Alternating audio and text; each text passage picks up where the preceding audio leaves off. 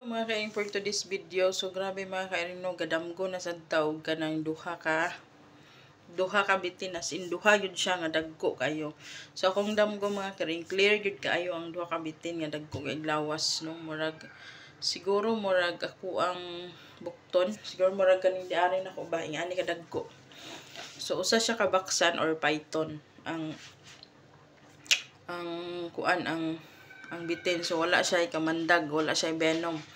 So mo ni mga kairig no sa baso mga lagaw bisag dasal sa ubos napot diri ang kasaba.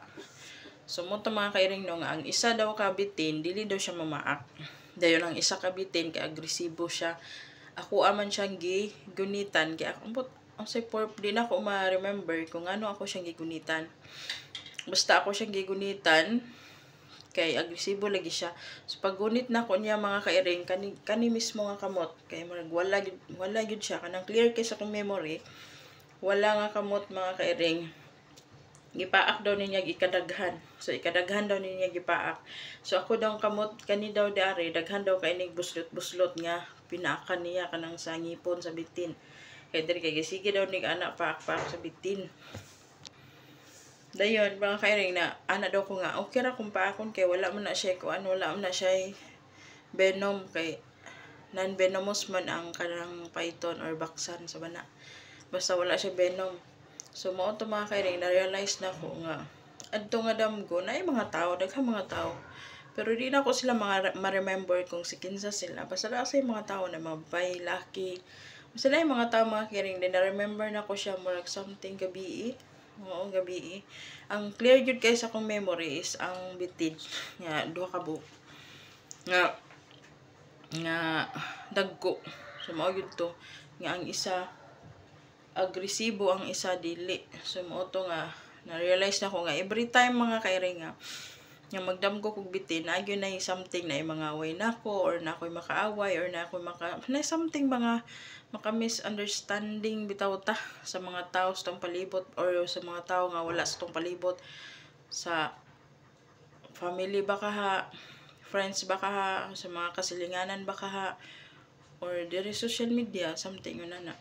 So na remember na ko nga pag times nga magdamgo kog mga inana nagyoy mga unwanted situation nabubulal ako.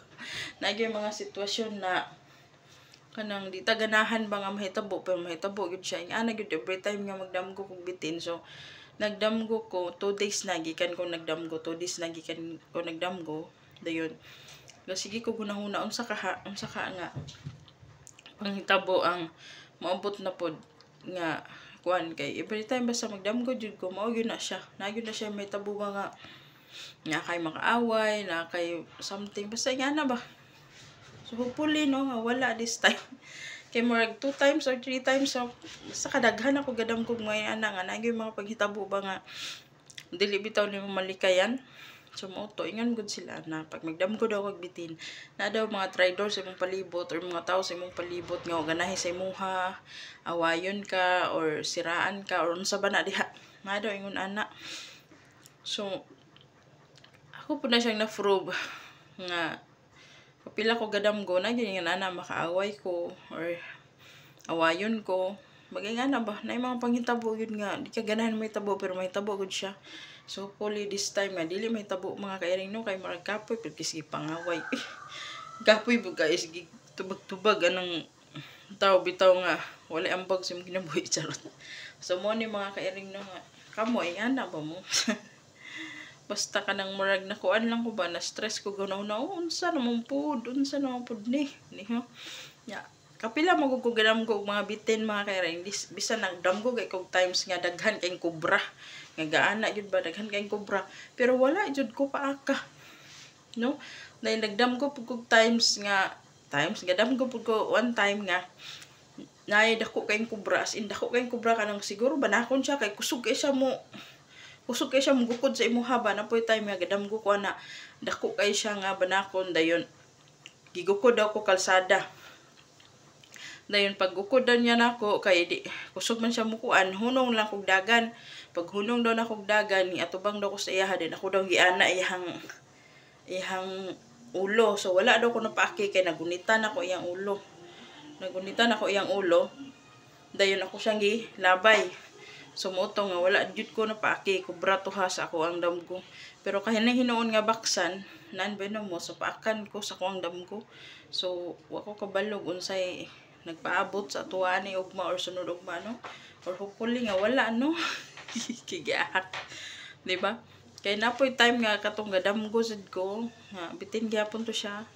Pagkaugma na nakaaway akong anak nga ako apong giaway kay syempre di ba anak ko na nato charot.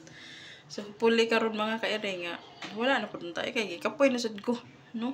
Gusto na kog nay peace of mind, gusto na kog nay kalinaw bahalag pubrita mo sa natay kalinaw, di ba? Kay kapoy na kayo baga life is too short no, dapat magbalpayon na ta.